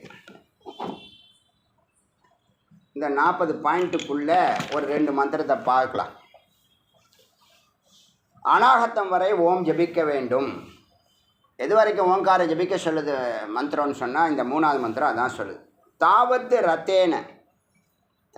ரத்தேன கந்தவியம் யாவத் ரதபதி ஸ்திதः ஸ்தாயித்வா ரதபதி ஸ்தானம் ரதம் உத்ஸ்ருஜ்ய கச்சதி. அதாவது யாவத்து எதுவரை, ரதம் பதிஸ்தித, நீ ஒரு ஊருக்கு போகிற, அந்த ஊர் எதுவோ அதான் ஹிருதயத்தில் சத்து இருக்குது. அந்த ப்ளக் பாயிண்டில் இந்த ப்ளக்கு போய் பொருந்தணும். அப்போ அது வரைக்கும் பயணிக்கணும்ல, அது வரைக்கும் ஓங்காரம் பண்ண, அனுபூதி போகிற வரைக்கும் ஓங்காரம் சொல்லுன்னு சொல்லுது. 3 முறை சொல்ல போகிற, 4ஆவது முறை கவனிக்க போகிற. 3 முறை சொல்கிறதுங்கிறது சூலமாக ஒரு வாட்டி சொல்கிறது, சூட்சுமமாக ஒரு வாட்டி சொல்கிறது. அந்த காரணத்தில் ஓங்காரத்தை மட்டும் தியானிக்கிறது சொல்கிறது. அதுக்கப்புறம் 4ஆவது அந்த உள்ளேருந்து வரக்கூடிய ஓங்காரத்தை கேட்டு அது முடிகிற வரைக்கும் அதோட பயணிக்கிற. அது எங்கே முடிக்கும்? நாதம் முடிகிற இடம் நாதாந்தம், அங்கே தான் துரியம்னு சொல்லக்கூடிய அனுபூதி நிலை ஏற்படுகிறது. இது அறிவுலேருந்து அனுபவம் தாண்டி அனுபவத்திலேருந்து அனுபூதி பற்றி பேசுது. அதனால் அது வரைக்கும் நீ என்ன பண்ணணும்? தியானத்தில் உட்காரணும். இப்போ நிறைய பேருடைய பிரச்சனை என்ன தெரியுமா? இவன் தியானத்தில் உக்காந்து முதல்லையே பிராணாயாமம் பண்ணணும். ஆசன சித்தி நேற்றே சொன்னேன். முதுகு வலித்தாலும், இடுப்பு வலித்தாலும், கால் வலித்தாலும் 50 வயசுக்குள்ளே இதெல்லாம் நீ பண்ணலைல்ல. 20 to 50 30 வருஷத்தில் என்ன பண்ணலைல்ல. இப்போ வலிக்க தான் செய்யும். கொஞ்ச நாள் ப்ராக்டிஸ் பண்ணுற வரைக்கும் தான். அப்புறமா என்னது? வலிக்குதுன்னு என்ன பண்ணுறது? ஏந்து ஓடுறதா? ஓடக்கூடாது. உட்காந்து கொஞ்சம் நேரம் பொறுத்துக்கிட்டீங்கன்னா அது பழகிடும். அப்புறமா 1 மணி நேரம், 2 மணி நேரம், 3 மணி நேரம், 4 மணி நேரம், 5 மணி நேரம். நீங்கள் யாரும் அவ்வளோ நேரம்லாம் பண்ணுற மாதிரி யாருக்கும் எனக்கு தெரியல. நீங்கள் உட்கார்ற 1 மணி நேரத்தை அசையாமல் உட்காந்தாலே அதுவே பெரிய சாதனை. 2024 அது ஆசன சித்தின்னு பேர். ஸ்ட்ரைட்டாக உட்காரணும், கால் வலிச்சாலும் பரவாயில்ல. அந்த 1 ஹவர் நம்ம அப்படின்னு கொஞ்ச நாள் பழகிட்டிங்கன்னா அந்த வலி என்ன போயிடும். அப்படி தான் வந்திருக்காங்க, எல்லோரும் வந்திருக்காங்க, அப்படி தான் வந்திருக்காங்க. அப்படி இல்லையா, எஸ் டைப் சேரில் உட்காந்து பண்ணலாம், ஹீட் ஆகாது. நீங்கள் கால் உங்களுக்கு வலிக்காது. முடக்கி உட்காரணுங்கிற அவசியம் இல்லை. பத்மாசனம் வந்து உத்தமமான ஆசனம். இது மாதிரி ஒரு ட்ரையாங்கலாக காமிக்கும், ஒரு ஸ்ட்ரக்சர் காமிக்கும், மேரு மாதிரி நம்மளோட உடம்பை காமிக்கும் மேலேருந்து பார்த்தீங்கன்னா. அது ஈஸி. அது கஷ்டமாக இருந்தால் இப்படி செய்யலாம், அதுக்கு சொல்கிறேன். இது மாதிரி காம்ப்ரமைஸ் பண்ணி தான் என்னவாயிட்டோம், நாடு நாசமாக போய் நிற்குது. இப்போ தான் தேசியமும் தெய்வீகமும் உள்ள ஒரு நல்ல ரிஷிகள்லாம் ஆட்சிக்கு வந்திருக்காங்கன்னு நான் நினைக்கிறேன். அதனால தான் இவ்வளவு சிறப்பு நடந்துக்கிட்டு இருக்கு. அயோத்தியா ராமர் கோயில் சாதாரண விஷயம் இல்லைங்க, பெரிய விஷயம். அது சுதந்திரம், ஃப்ரீடம் ஃபைட்டிங் மாதிரி அது நடந்திருக்கு.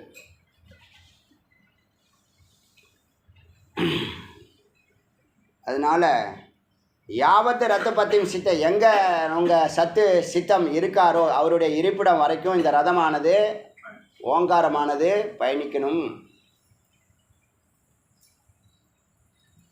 நீங்கள் எப்படி வேணாலும் சாதாரணமாக நீங்கள் சொல்லுங்கள், எதையுமே நினைக்காதீங்க. இறைவனை நினைக்க சாதாரணமாக ஓங்காரம் சொல்லுங்கள். தியானத்தில் உட்காருங்க, யாரையும் பார்க்காதீங்க, யார்கிட்டையும் பேசாதீங்க, செல்ல நோண்டாதீங்க. நிதித்தியாசனம் வேணால் போகட்டும், அந்த வார்த்தை குரு பேசுகிறாங்க, அந்த வாக் சக்தி வேணால் கேட்டுட்டு இருக்கலாம், தப்பு இல்லை. நான் ஒரு நாள் கூட ஆடியோ கேட்காம சும்மா உட்கார மாட்டேன். ஏதாவது ஒரு ஆடியோ போட்டுட்ருப்பேன், எனக்கு விஷயம் வரும். ஏதாவது ஒரு வார்த்தையிலேருந்து 1000 அர்த்தம் வரும்.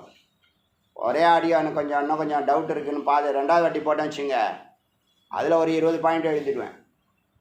வார்த்தை இருந்தால் போதும் நமக்கு. வார்த்தை உள்ள அதான் மந்திர வார்த்தை. இது என்ன சிறப்புனா, பக்தி யோகத்தில் பாவத்தினால நம்பிக்கையினால் அந்த அனுபூதி வரும். தியானத்தில் ஏகாந்தத்தினால நீண்ட நாள் ப்ராக்டிஸ்னால் அந்த அனுபூதி வரும். ஞானத்தினால வெறும் வார்த்தையினாலேயே அனுபூதி வரும். அதான் ஓங்காரம். அருணாச்சலா அப்படின்னு சொன்னோன்னே வந்துச்சா இல்லையா? இப்போ நான் எத்தனை வார்த்தை உங்களுக்கு சொல்கிறேன். அருணாச்சலான்னு எத்தனை வாட்டி எத்தனை பேர் சொல்கிறாங்க, எல்லாருக்கும் வருதா? அதே வார்த்தை தான் அந்த இவர் பட்டினத்தார யாரோ ஒருத்தவர், காதற்ற ஊசியும் பாராதோ கடைவழின்னு ஏதோ ஒரு பாட்டு இருக்குது. அந்த வார்த்தை அவருடைய வாழ்க்கையை மாற்றினுச்சு, நிறைய பேர் வாழ்க்கையை மாற்றினுச்சு. ஒரு பைலட்டு ஒருத்தர், ஒரு பைலட்டு யுஎஸில் ரொம்ப பிரசித்தி பெற்ற பொருளாதாரத்தில் உயர்ந்து நின்றவர், இந்தியன், வெஜிடேரியன். இந்த ஞானானந்தகிரி இருக்காங்கள்ல, கோவிலூர் ஆசிரமம், ஞானானந்தகிரி சாது, அவங்க போய் அங்கே அக்னி ஸ்வரூபமாக இதான் அவன் வந்த வேலை, இங்கேயே அவசப்படுற, எல்லாத்தையும் போட்டு வா அப்படின்னு சொல்ல எல்லாத்தையும் விட்டு வந்துட்டார். வெஜிடேரியன் என்ன சொல்கிறது வந்து இப்போ என்ன கிருஷ்ணதாசகிரியோ இந்த பேரில் பேசுகிறாரு. எதுக்குன்னா வந்த வேலை என்னன்னு இறைவன் போய் அறிவுறுத்துவான். சும்மா அடிக்கடி அவருக்கு வந்து ஒரு ஒரு ஒரு சுடர் மாதிரி தெரிஞ்சுக்கிட்டே இருந்திருக்கு. இது கூட இவருக்கு தான் தெரியுதா, எல்லாருக்கும் தெரியுதா, இல்லை நம்ம பயந்துருக்கோமா, ஒரு குழப்பத்தில் வேலைக்காரங்களை கூப்பிட்டு அங்கே தெரியுதான்னா ஒன்றும் தெரியலன்னு. சொச்சோ கொல்லிவா பிசாசு தான் நம்மளை தேடி வருது. நான் எங்கே போனாலும் ஒரு 10 நாள் போல் தொடர்ந்து இந்த அக்னி ஸ்வரூபமாக அந்த சுடரை வந்து அவர் காமிச்சிக்கிட்டே இருந்திருக்கார். இந்த 2 பேரை விட்டுட்டு வேறு 2 பேரை அழைச்சிட்டு வந்து எங்களுக்கு தெரியுதானா ஒன்றும் தெரியல. அப்புறம் ஏதோ ஒரு ஊர்லேருந்து இன்னொரு ஊரில் போய் அங்கே ஸ்டே பண்ணுற இடத்துல அங்கே போய் கதவு தட்டியிருக்காரு ஞானானந்தகிரி சுவாமி. பார்த்தா ஒரே சுடரில் ஒரு தோற்றம், இந்த வந்த வேலை இது இல்லைப்பா, எல்லாத்தையும் விட்டுட்டு வாங்க அப்படின்னு சொல்லிட்டு மறைஞ்சிட்டார். யாரை அவர் அங்கே பார்க்குறாரோ அவரை தான் இங்கே திருக்கோவிலூர் அந்த ஆசிரமத்தில் ஞானானந்தகிரியா பரபிரம்மமாக பார்க்குறேன். இப்போயும் லைவில் இருக்கார் அவர். அவர் போயிட்டாரு, இவர் இருக்காரு.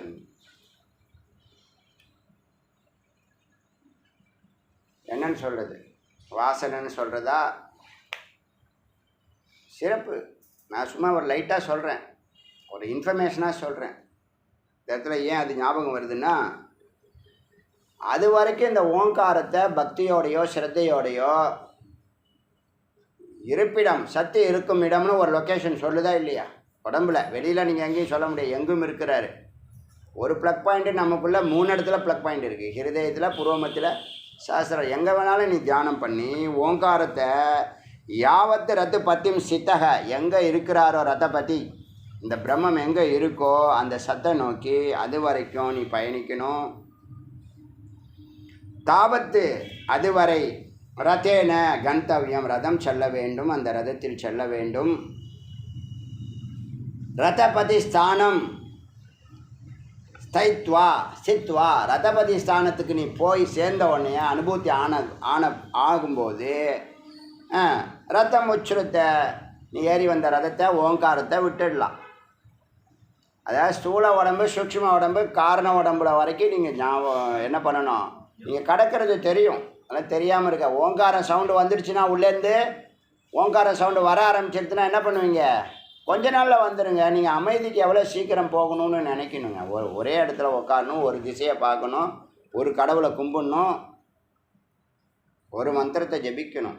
இது எல்லாமே நமக்கு சுவாமிநாத சுவாமி உத்தமமான வழிமுறையை சொல்லி கொடுத்துட்ருக்காரு. நம்ம எப்படி வேணாலும் போயிருக்கலாம் இல்லையா? எப்படி வேணாலும் எத்தனை வழி இருக்கே, 1000 வழி இருக்கா இல்லையா இறைவன் அடையிறதுக்கு? அதில் நம்பர் 1 இடத்துல எந்த வழி இருக்கோ அந்த வழியில் தான் சுவாமிநாத சுவாமி நம்மளை அழைச்சின்னு போயின்னு இருக்கிறதா அடியன் அனுபவிக்கிறேன். அதை உங்களுக்கு சொல்கிறேன். எந்த இடத்துலையும் அவர் சொல்கிற உபதேசம் அத்தனையுமே என்னது, நம்பர் 1 ஸ்தானத்தில் இருக்கிறது. அவரை மாதிரி சாமானியான ஒரு வழிமுறையை நமக்கு காட்டலை. அவர் ரொம்ப உன்னதமான வழிமுறையை காட்டுறாரு. உங்களுக்கு நீங்கள் துரியத்துக்கு வாங்கன்னு சொன்னதுலேருந்து இந்த மந்திரங்கள்லாம் வந்துக்கிட்டு நினச்சி கூட பார்க்கல. ஸ்தூல உடம்புலேருந்து சூக்ஷ்ம உடம்பு போகிறது எப்படி, இதுதான் வழி. ஓங்காரம் சொல்ல சொல்ல சொல்ல ஆட்டோமேட்டிக்காக ஸ்தூலம், சூக்ஷ்மம், காரணம், அந்த ஓங்கார சவுண்டு கேட்க ஆரம்பிச்சிடும். ஓம்னு கேட்காது, கீன்னு கேட்கும். ஒரு மாதிரி ஒரு இருட்டின்னு அன்றைக்கே சொன்னேன். இருட்டின்னு முதல்ல அப்படி தான் கேட்கும். அப்புறம் அது பூர்ணமாக உங்களுக்கு இம்ங்கிற வார்த்தை நாதம் எல்லாம் மணி அடித்த சவுண்டுலேருந்து அது முடிகிற சவுண்டு வரைக்கும் போகுதில்ல, அது ஒடுங்கிற இடம்தான் இறைவன். அது நாதம் ஒடுங்கி முடிஞ்சிச்சுன்னா நாதம் அந்தம், நாதம் முடிவு அடைகிறது. வேதம் முடிஞ்சால் ஞானம் வர மாதிரி மணி அடித்த சவுண்டு முடிஞ்சிச்சுன்னா, நாதம் முடிஞ்சிச்சுன்னா நாதாந்தம்னு சொல்லக்கூடிய இந்த அமைதி வரும். அங்கே தான் உங்களுடைய ஸ்வரூபமான சத்து இருக்கிறது, உங்களுடைய சரிபாதி.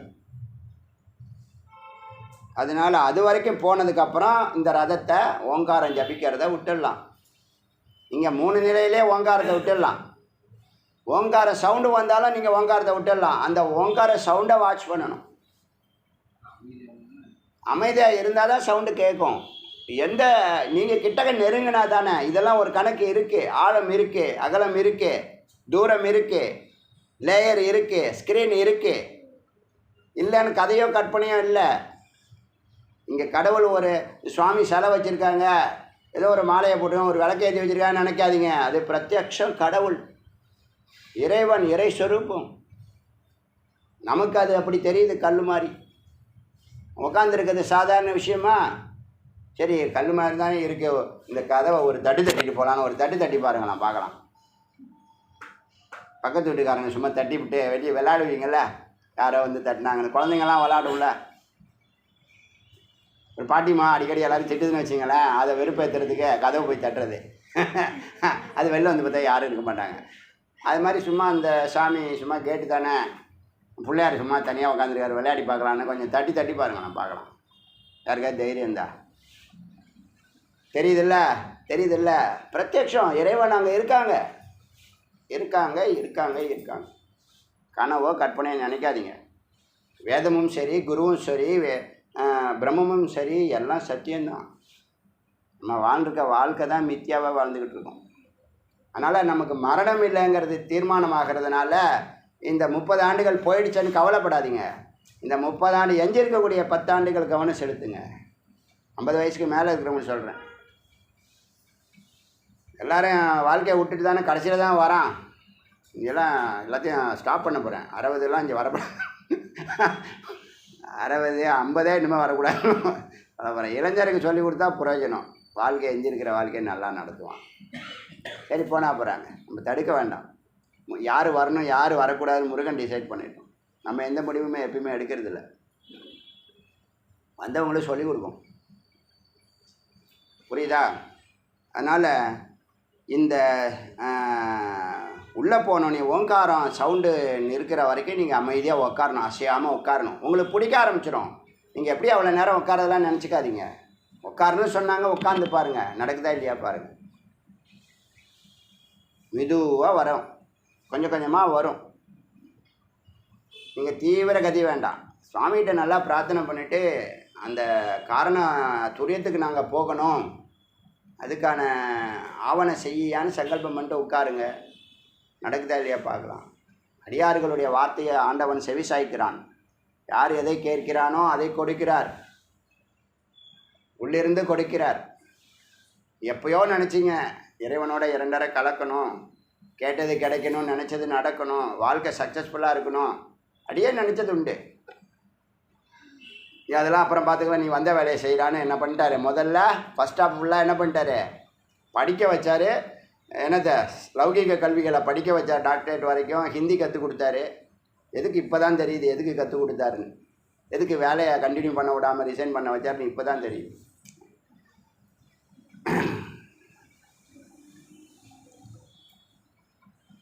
கேட்டது கிடைக்கும், நினச்சது நடக்கும். அங்கே விட்டுடணும். ஸ்தூலம் சூக்ஷ்மம் காரணம் கடந்து அநாகத்தம் வரை ஓங்காரம் வரை ஜபிக்கிறதை நிறுத்தக்கூடாது. அதுவரை ஓமில் நிற்க வேண்டும், நிலைக்க வேண்டும். அதுதான் என்னது, டைம் போயிட்டே இருக்குது, கவனிக்கவே இல்லை. சரி, இந்த 3 மந்திரம் இன்றைக்கி முடிச்சிருக்கோம். 4வது மந்திரம் நாளைக்கு பார்க்கலாம். இது புரியுதா? இது 2-3 நாள் பேசின இது ஆக்சுவலாக பார்த்தீங்கன்னா 2வது மந்திரம் 3வது மந்திரம் தான் முடிச்சிருக்கோம். 7வது மந்திரத்தை டிக் அடிச்சுட்டேன். அது பார்த்துக்கலாம்.